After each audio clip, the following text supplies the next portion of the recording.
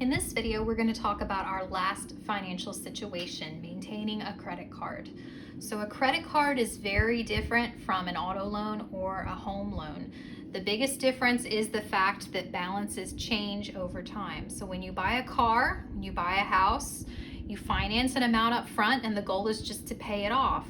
So you have what you call a fixed installment loan in the sense that the payments are fixed. You know exactly what you have to pay. You know the length of time it's going to take to pay it off. And as long as you make the set payments as calculated by your lender, then you'll pay it off over whatever length of time is negotiated, and you know exactly what you're going to pay every time. A credit card doesn't necessarily work that way. Credit card is what we call an open-end installment loan. So open-end in the sense that the loan doesn't necessarily terminate. So they're loaning you money, but the idea is that you're going to maintain the credit card, you're going to keep adding to it, you're going to keep using that particular loan, making payments over time, but there's not a fixed time in the future at which the loan will be paid off. You continue to add to the loan, you continue to make payments.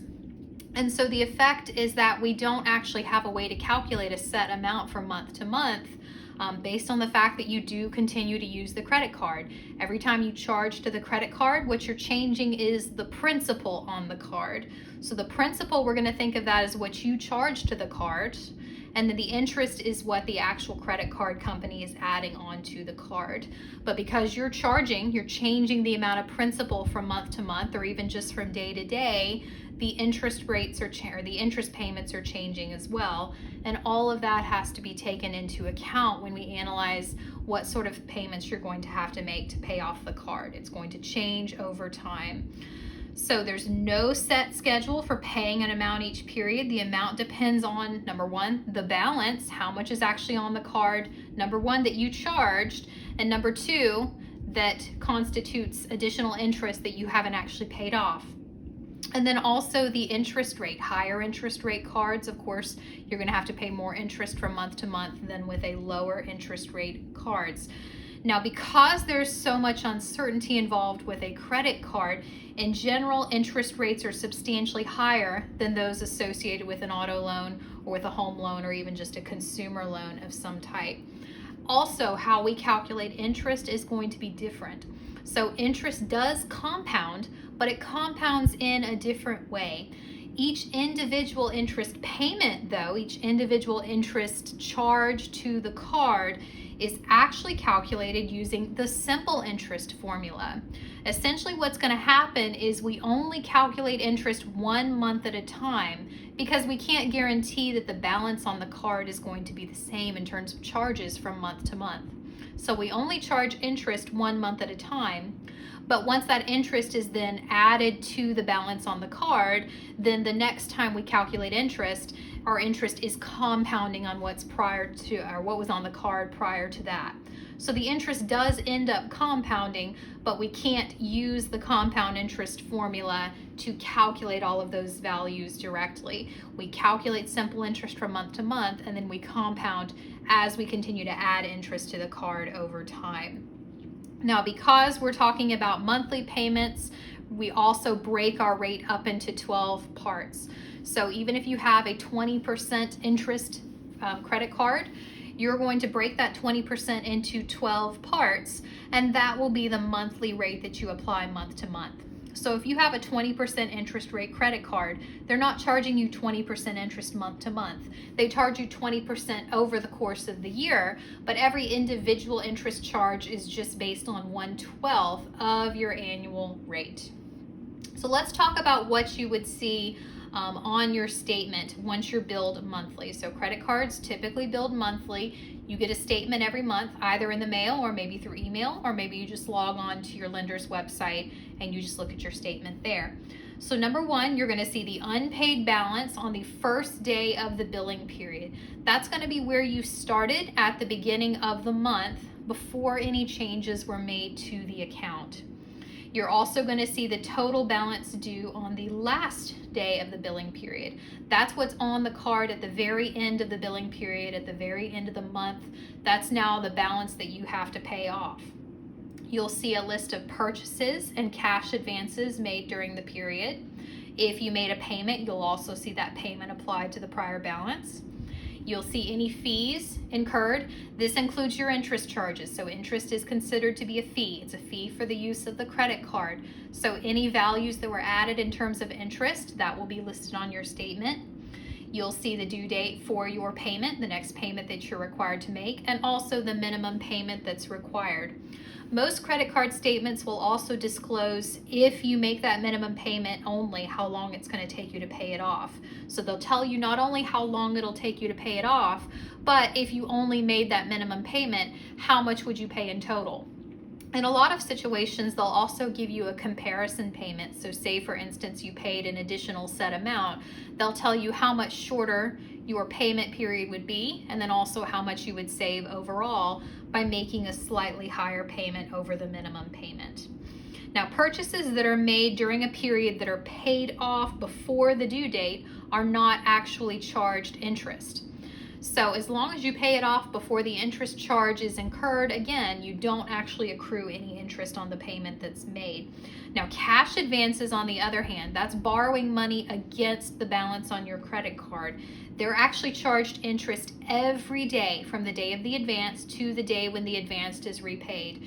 In other words, the lender is discouraging you from borrowing cash against the balance on your credit card because the interest payments are significantly higher on that. The interest is accrued faster. That's a way of discouraging you from using your card in that way, and in a sense penalizing you for using your card in that way. Now, what we're going to focus on is the total balance. How does that look? In other words, how do we track the balance based on the charges you make to the card? And then also, how do you calculate the interest that's going to be charged, which is then also tacked into the final balance at the end of the month? So your total balance is going to be the unpaid balance at the end of the period, which includes, number one, where you started, plus all of your purchases and cash advances. And then you're also going to add in any interest that was accrued during the period. What we're going to focus on is how this interest is calculated. It's a little bit different, again, from what happens when we're talking about an auto loan or a home loan. The interest changes from month to month, and the interest changes also in the sense that we don't have a fixed principal amount. If you continue to make charges to the account over the month, you don't have a set balance over which we can charge interest. So credit card companies have found a way to work around that. You're still, of course, allowed to make charges during the month, but based on that, they calculate your interest in a specific way to take into account the fact that the balance is changing across the month. So let's talk about what that's going to look like. Most credit card companies are going to apply your interest calculation to what we call the average daily balance. In other words, they take into account that across the month, across the 30 days, 31 days, or 28 days if we're talking about February, they take into account that the balance does potentially change. From one day to the next, if you use your credit card or if you make a payment, the balance on the card does change. So they can't just say there's one fixed balance, there's one fixed amount of principal, let's apply the interest rate to that. They can't do that because the balance does change. They also aren't going to apply interest to the lowest balance or to the highest balance. In some senses, that would be unfair.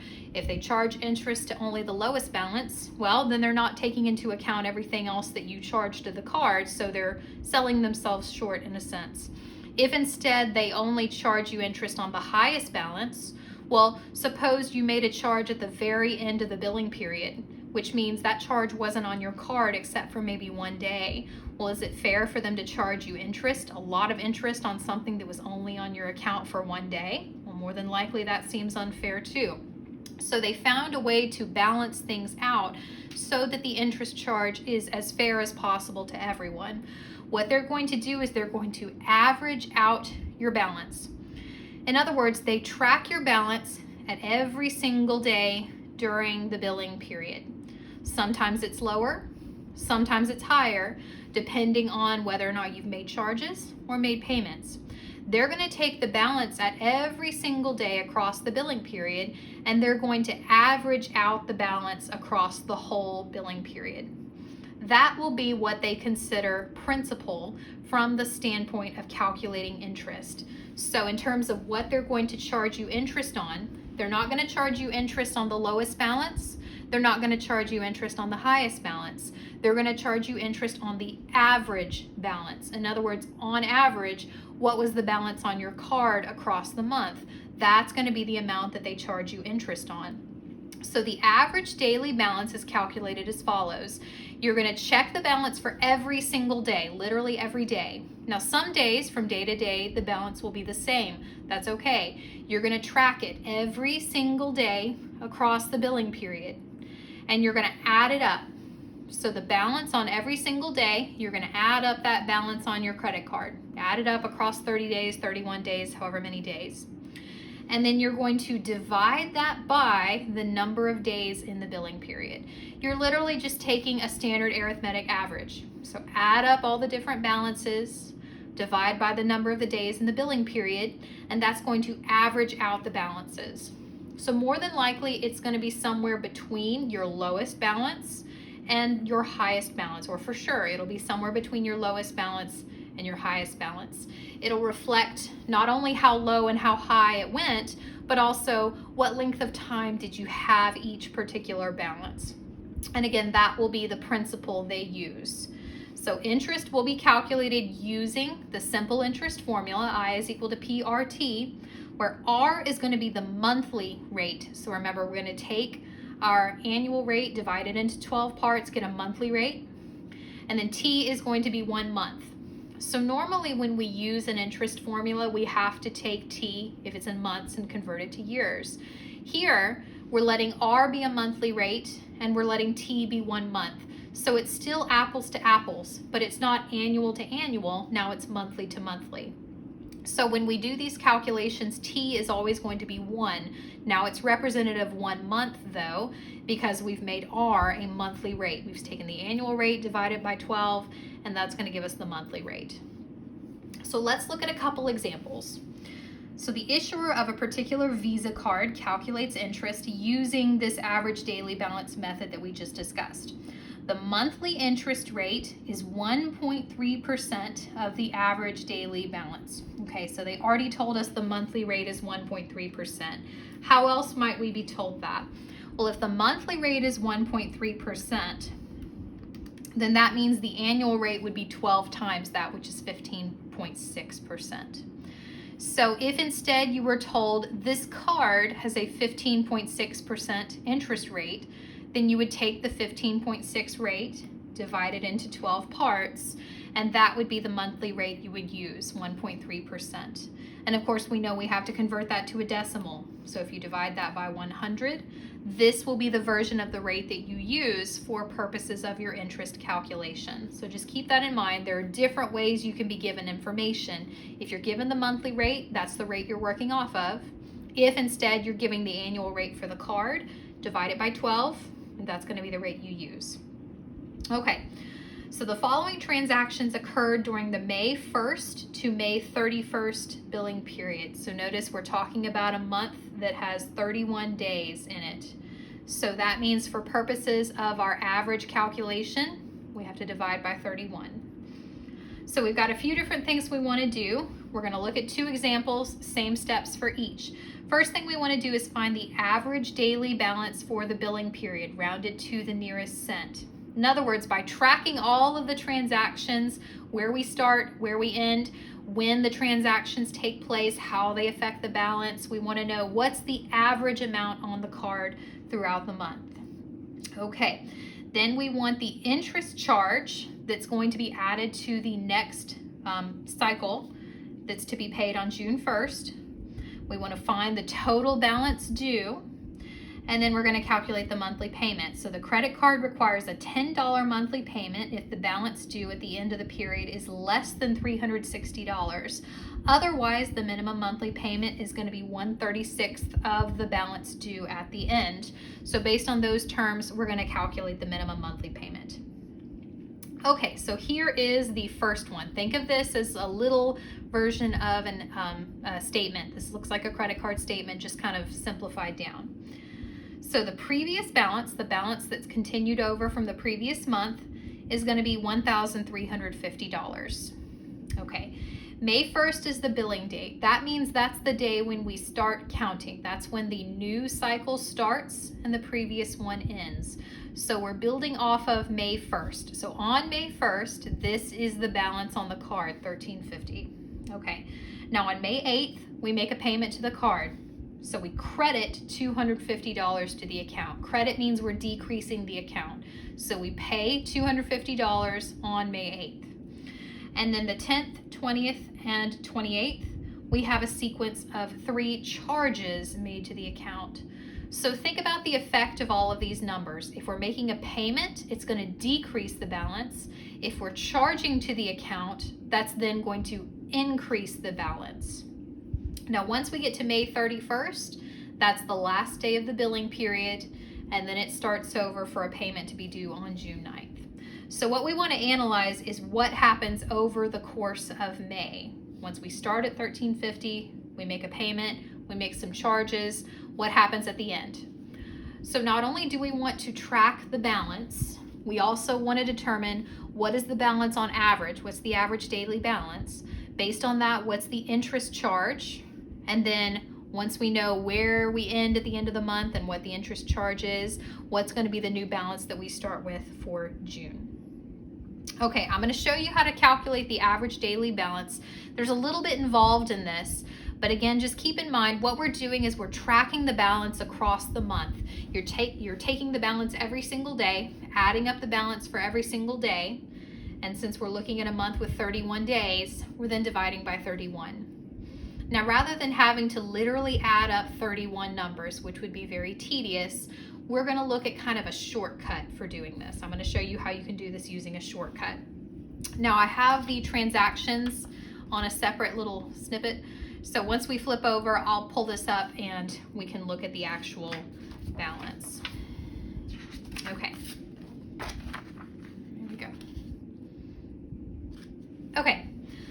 So what we want to do is we want to track the account and what all the different transactions do to this account.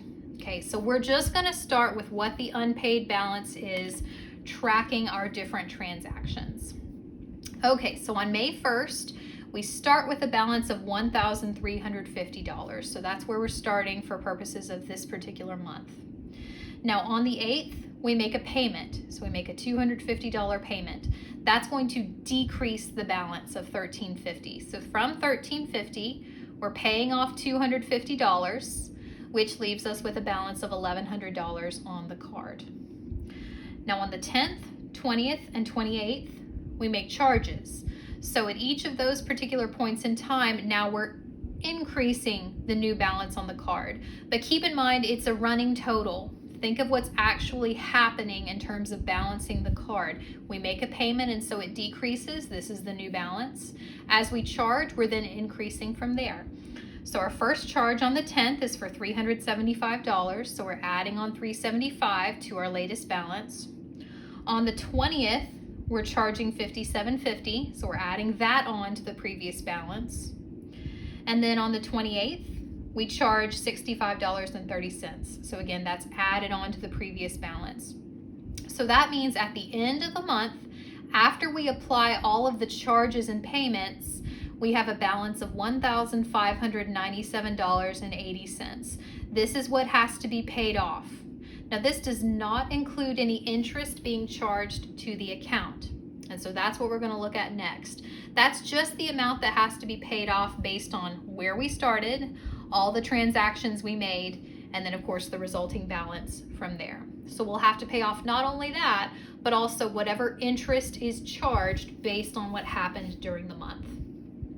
Okay, so if we were to go through and manually calculate the average daily balance, which is what we use for our interest calculation, here's what we'd have to do.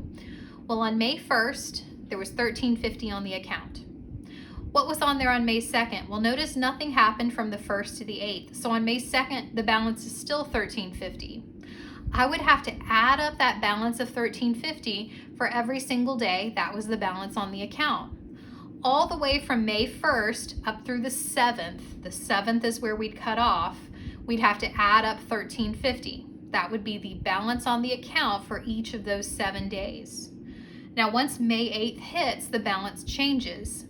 So that would be the balance I'd add up for the 8th, and then also for the 9th. Well, once we hit the 10th, again, the balance changes. So for the 10th, the 11th, the 12th, all the way up through the 19th, we'd add up the new balance. We'd have to do that for the whole 31-day period that ends on May 31st. But again, that means adding up 31 numbers. You can do it in a calculator, certainly, but that would be a very tedious calculation, and it would be very easy to make a mistake if we're trying to do something like that. So here's a shortcut. Think about the fact that 1350 is repeated. Well, how many times is it repeated? Well, it's our balance all the way from the 1st through the 7th, the end of the day on the 7th. On the 8th, we have a new balance.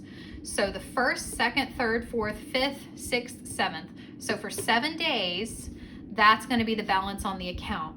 So if we're looking at how the average daily balance would be calculated, it would be 1350 added on 7 times. So rather than literally saying 1350 added to itself 7 times, if we were to just take 1350 and multiply it by 7 days, then we have that portion of the total. If we can do that for every single balance, track how many days that's the balance, and rather than just adding it up that many times, just multiply that particular balance by how many days that was the balance, then we have all these little subtotals that then contribute to the total across the whole month. We have to do that each time the balance changes, though. So let's go through and look at that. First thing we want to determine is how many days do each of these balances sit on the account. So 1350 is from the 1st to the 7th, which is 7 days. Now, once we got to the 8th, the balance changed. Well, how many days was that the balance? Well, for the 8th and for the 9th, that was the balance. Once we got to the 10th, it changed. So this particular number was the balance on the account for the 8th and the 9th. In other words, a total of 2 days. Once we got to the 10th, the balance changed again. How many days was that the balance? Well, all the way from the 10th up to the end of the day on the 19th. So 10th, 11th, 12th, 13th, 14th, 15, 16, 17, 18, 19, 10 days in total. So this was the balance for 10 days. Once we got to the 20th, the balance changed again, all the way from the 20th up to the end of the day on the 27th. So the 20th, 22nd, or 21st, 22nd, 23rd, 24th, 25th, 26th, 27th. So a total of 8 days. Once we got to the 28th, this was the balance. Now, where does the billing period end? Well, it ends at the end of the month. So all the way from the 28th through the end of the day on the 31st. Once we get to June, it resets. But all the days in May, we track the balance. So the 28th, 29th, 30th, 31st, and then the cycle resets and we hit June. And that's going to give us a total of 4 days. Now, to make sure we've tracked the balance and we have the correct number of days, we need to make sure that all of these add up to the total number of days in the billing cycle. So if we're looking at May, we're looking at a month that has 31 days. We want to make sure that all of these days, the days representing how long each balance was on the card, we want to make sure all of those days add up to exactly 31. So 7 plus 2 plus 10 plus 8 plus 4, which is going to be 31, which is what we want. It's very easy to either overcount or undercount a particular range, which is why I literally do it on my fingers. It probably looks silly to do that, but the last thing you want to do is accidentally miscount a particular balance and maybe it's accounted for one fewer day or one too many days in order to contribute towards the total. If you were to get a total of 30 or 32, it may not seem like a major difference, but when we're talking about something like an average, changing that number by even 1 changes the average pretty significantly. So you do want to take a moment to make sure that all of those numbers add up to the total number of days in the billing period. So what do you do with those numbers? Well, those numbers represent how many times you would add that balance to itself in order to get the total across the month. So if you were to take each balance and multiply it by how many days that balance is on your card, that's going to give you that portion of the total balance across every single day for the month. It's going to give you that numerator for your average daily balance. So the next thing to do is then take all of those balances and multiply them by how many days that balance was on the account. So let's go through and do those, at least for this one, just to show you what that looks like mechanically. So $13.50 was on the account for 7 days, so for a total of $94.50. $1,100 was on there for 2 days, so $1,100 times 2, which is going to be $2,200. $14.75 was on there for 10 days, so $14.75 times 10 is going to be $14,750. $1532.50 was on there for 8 days, so $1532.50 times 8 is going to be $12,260. And then $1597.80 was on there for 4 days. So $1597.80 times 4 is going to give you $6,391.20. So remember, we're talking about money, so 0.2 means 20 cents. Now, what do all of these represent? These represent partial sums for each of the days across that 31-day billing cycle. So if we take all of these subtotals and add them up, then what we're doing is we're generating the total sum as if we were to generate every single balance on every single day across the 31 days, add up the balance for all 31 days. This is just a shortcut for doing that.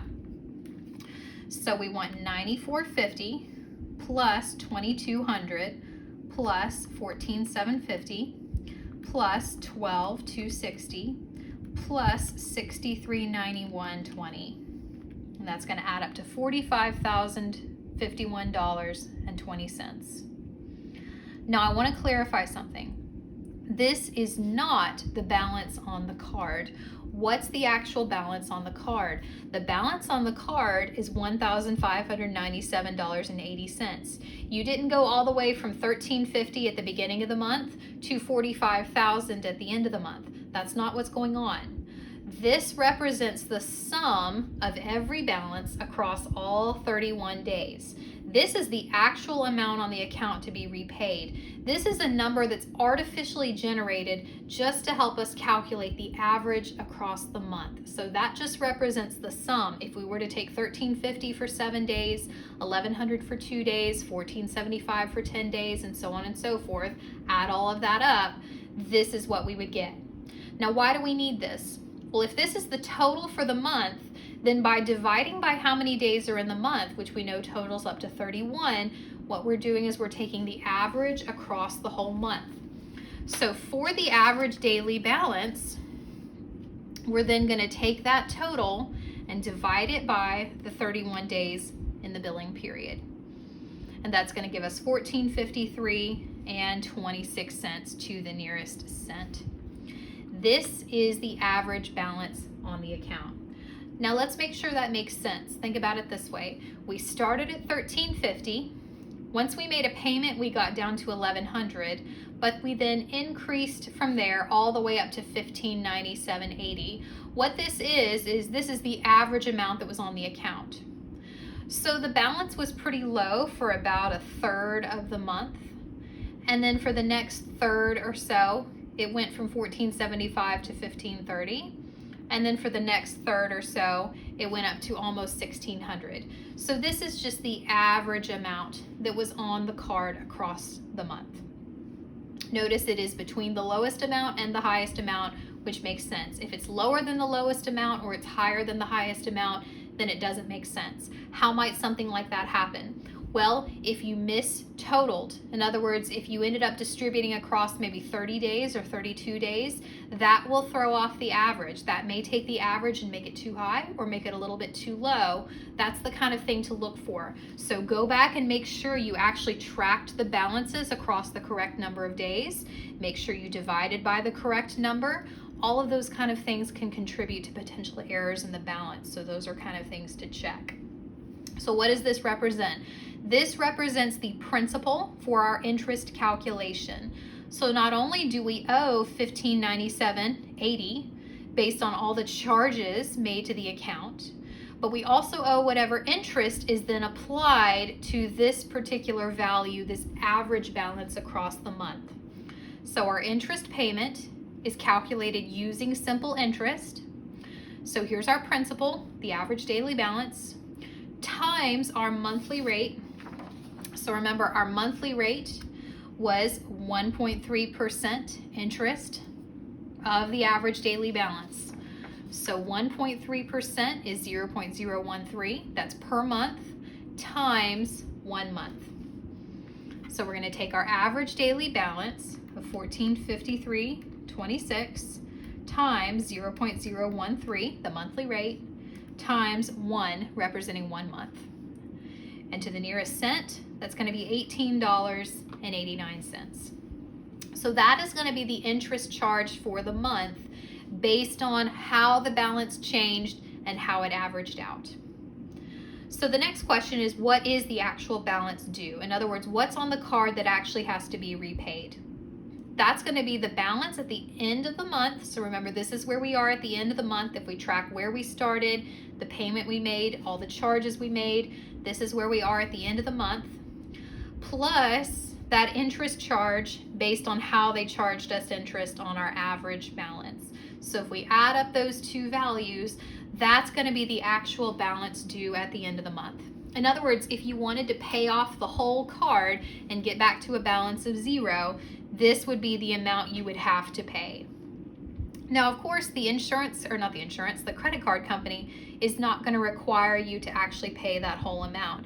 If they required you to pay the whole amount every time, then people wouldn't use credit cards. That's obviously not the goal. They want you to use the credit card. They want you to make small payments over time. They're going to require some kind of payment, but they're not going to require a large payment.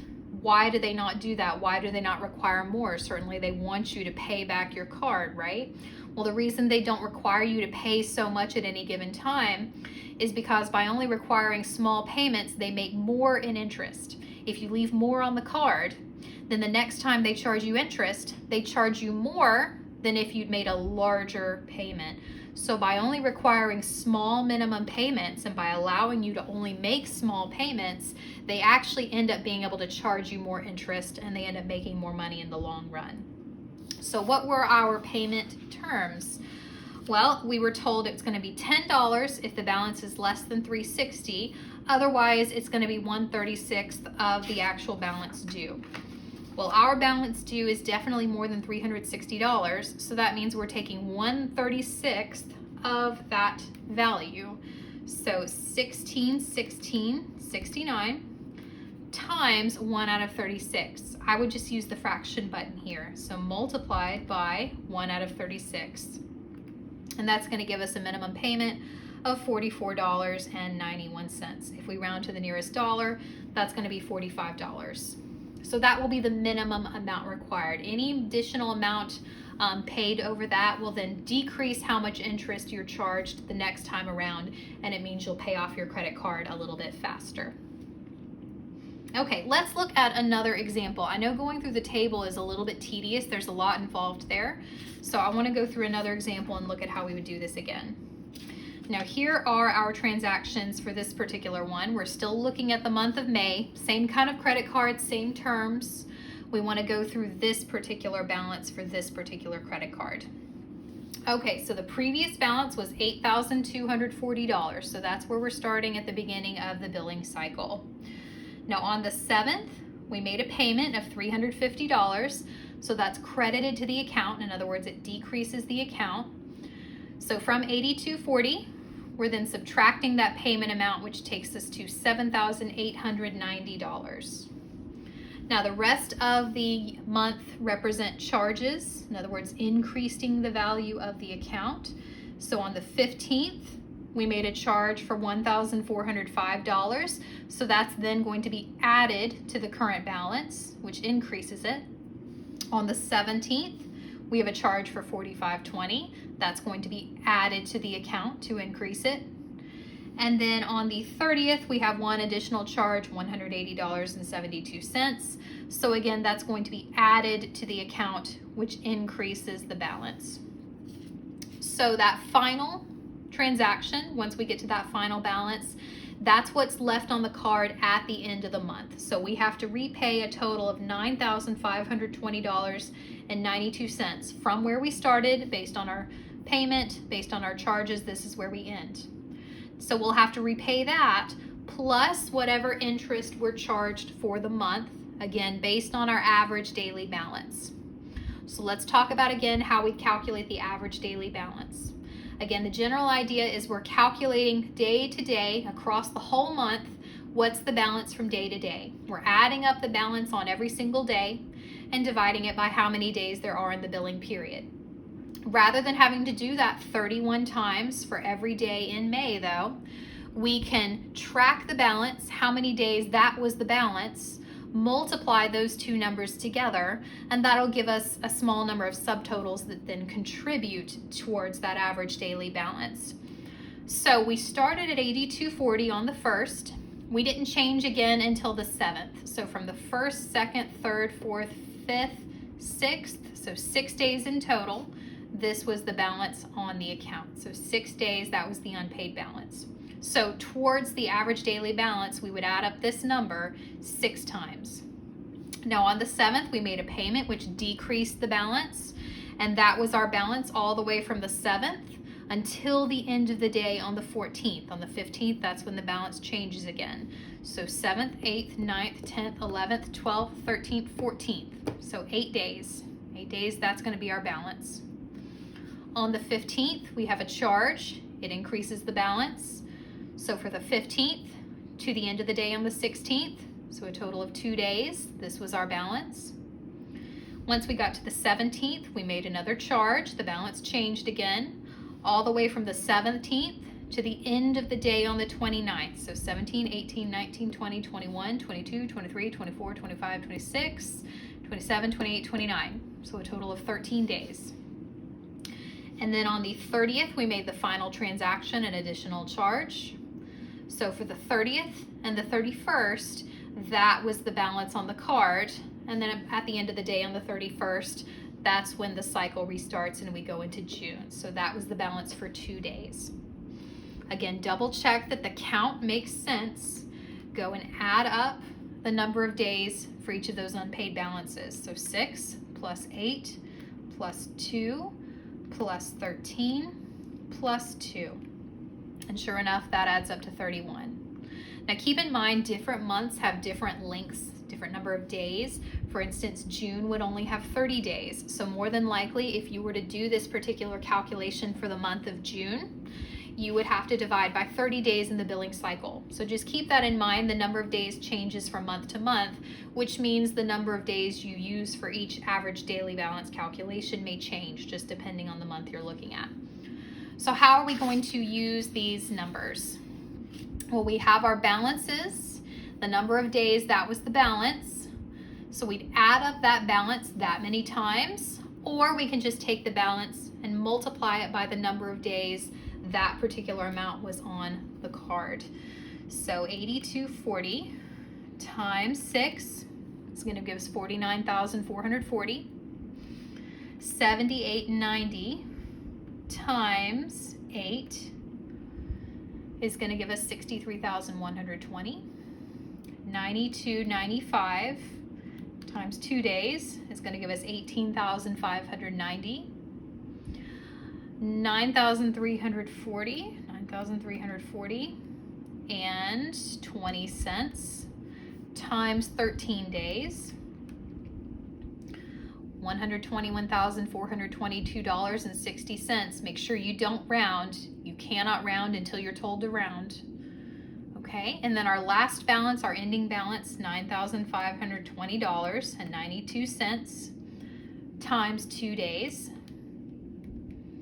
is going to be $19,041.84. So these are the individual subtotals representing how many times we take that unpaid balance and add it to itself across the 31 days during the month.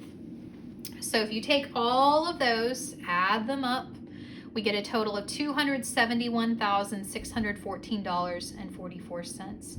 Now again, this is not in any way representative of the balance on the card. The balance on the card is $9,520.92. This is the sum of the balances across all 31 days, starting at May 1st and ending on May 31st.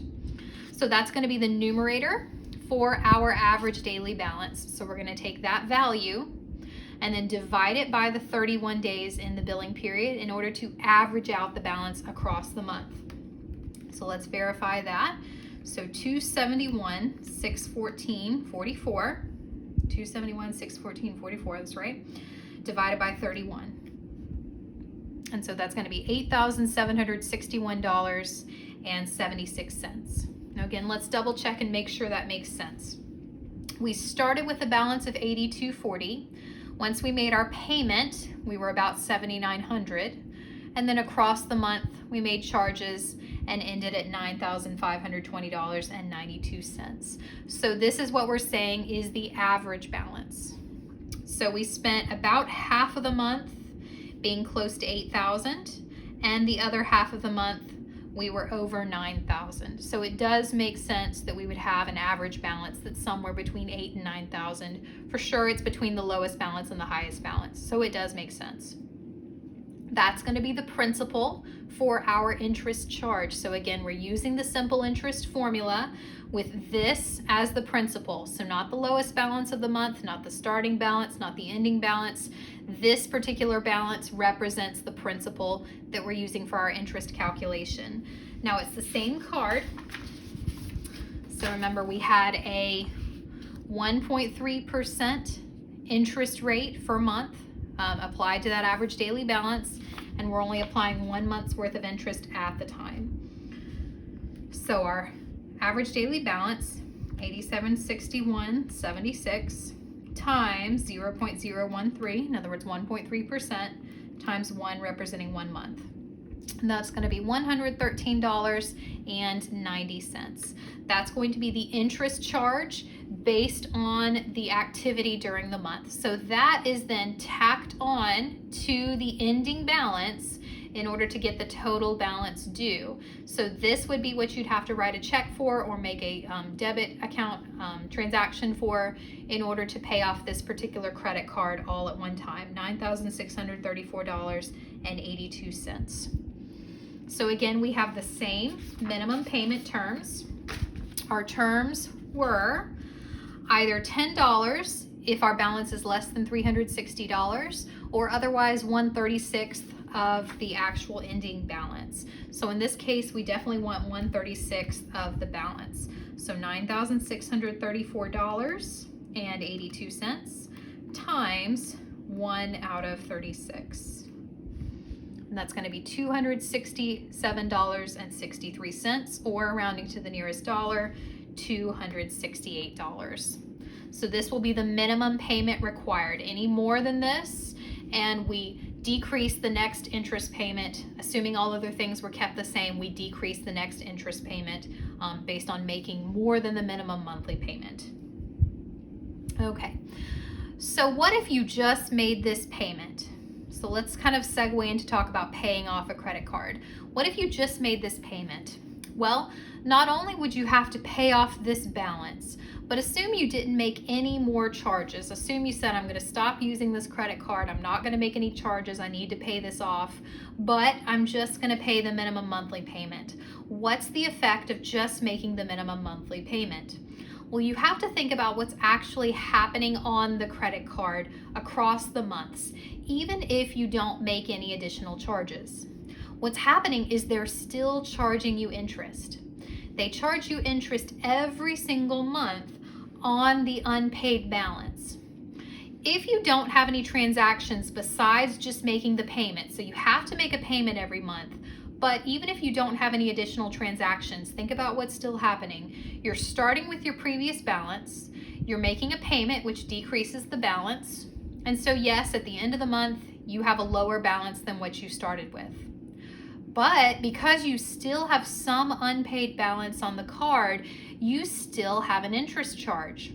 So even though you're not actually making any more transactions, you're not actually charging anything else to the account, once you get down to the end of the month, because it's a non-zero balance, they're still charging you interest. The amount of interest they charge over time will continue to be less just because your balance is continuing to go down. But just paying $268 per month means you're going to have to pay overall a lot more than $9,634.82. You're going to pay that amount plus whatever interest is charged over the consecutive months based on the fact that you're not actually paying it all off at one time. So anything that stays on the card that doesn't get paid off still continues to accrue interest. That's why even though we calculate simple interest, the interest still compounds, because month to month they're still charging you interest on everything that still stays on the card. So it's never advisable to make only the minimum monthly payment. If it happens from time to time, that's to be expected. But in general, the goal should always be to pay more than the minimum monthly payment, because if we only make this payment, they're still charging us a significant amount of interest, which means not only do you have to pay off what you actually charged, but you have to pay off that interest that they continue to charge you. The result is that you will be paying on a credit card for a long time. A balance like this, only paying $268 a month, you could be paying on that card for 15 years in order to get it paid off. And more than likely, you'd pay more than double the actual balance on the card that you started with. So let's talk about the logistics of actually paying off a credit card. Now, this is all going to be with the assumption that we're not making any additional charges to the card. That is a fundamental assumption. If we charge additional amounts to the card, then the amount of principal is changing. So we have to make the assumption that we're stopping using the card. You put it in the freezer in a block of ice and you're not going to use it. You're not going to use the card. You're just going to pay off whatever's on the card. So it continues to accrue interest over time, but you're not adding to it via additional principal, via additional charges to the card. So let's talk about paying it off. So suppose your credit card has a balance of $4,200 and an annual interest rate of 18%. You decide to pay off the balance over 2 years. If there are no further purchases to the card, number one, how much must you pay each month, rounded to the nearest dollar? And number two, how much total interest will you pay? Okay, so once we're talking about a fixed balance and we're not adding to the card, we're not actually charging anything and adding additional principal to the card, then essentially it's the same situation as if we're paying off a car or paying off a house. We have a fixed amount of principal, we have a particular interest rate that's being applied, and we have a plan to pay it off over 2 years.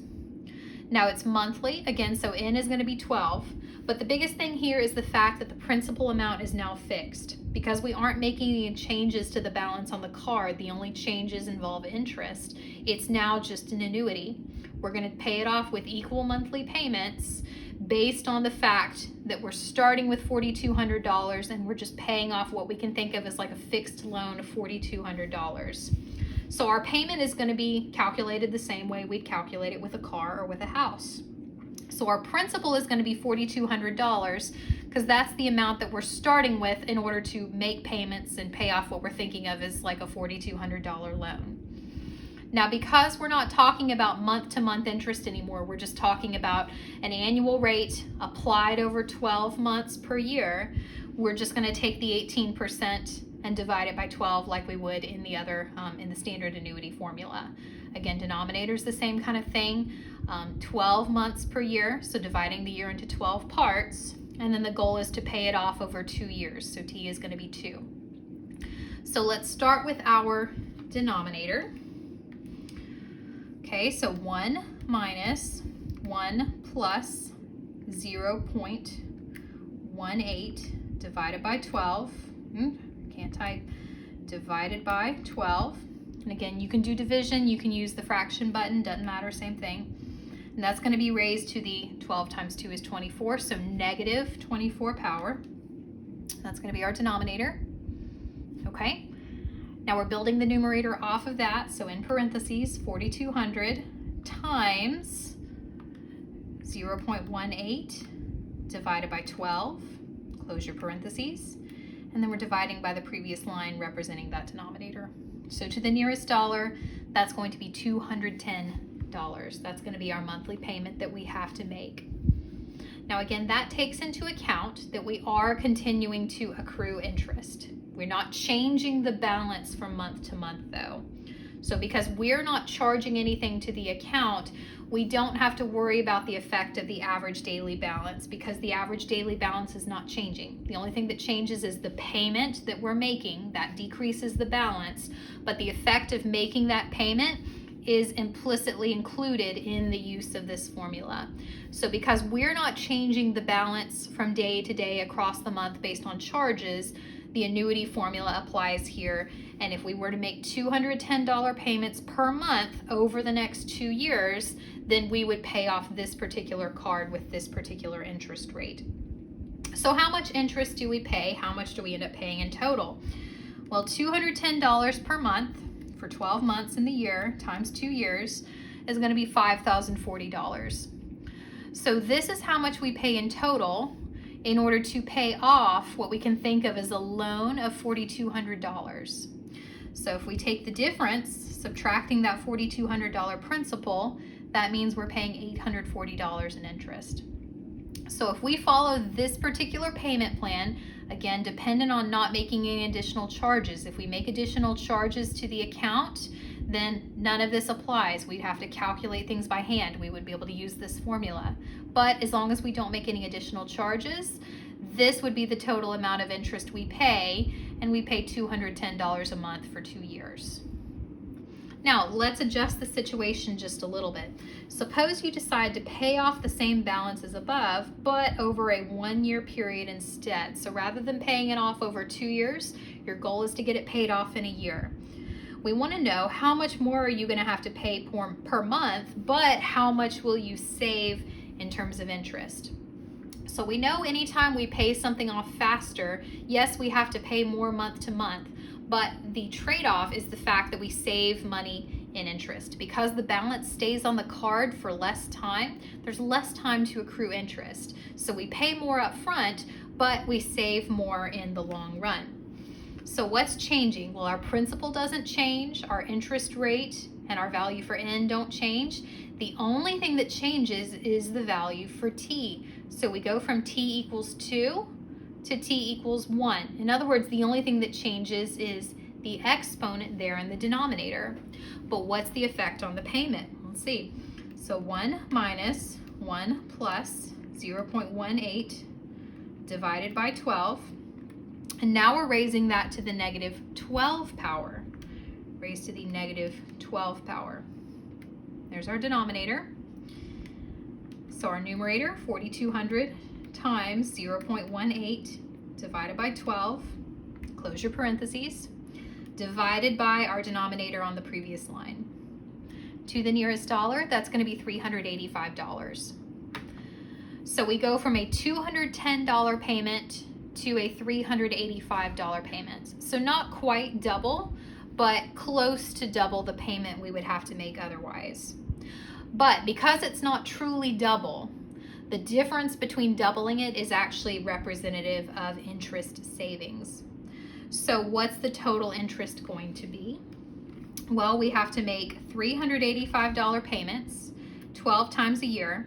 But here, remember, we're paying it off over 1 year. So we only have to pay that for 1 year. So we pay $4,620 in total. You can make the comparison right there. We go from $50.40 if we pay for 2 years to $46.20 if instead we pay it off over 1 year. We're still paying off a balance of $4,200. So what explains the difference? Well, the difference is interest. So $46.20 minus the $4,200 principal is going to be $420. So we go from $840 in total interest to $420 in total interest.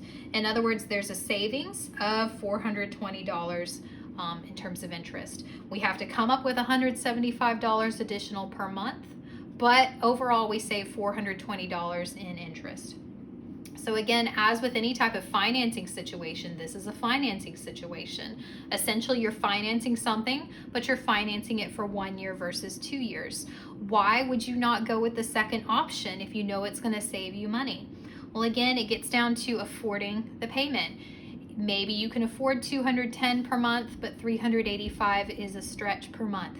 That's the kind of thing to keep in mind. Also keep in mind though, if you make a plan to make this kind of payment, maybe from time to time you can make this additional amount, or maybe you just end up paying $300 at certain times. The more you pay month to month, the faster you pay it off. So if you were to make this payment from time to time and then occasionally make a higher payment, you will save money and interest overall. That will be reflected in those higher payments. So this gives you a little bit of a sense of what it looks like from the standpoint of a credit card.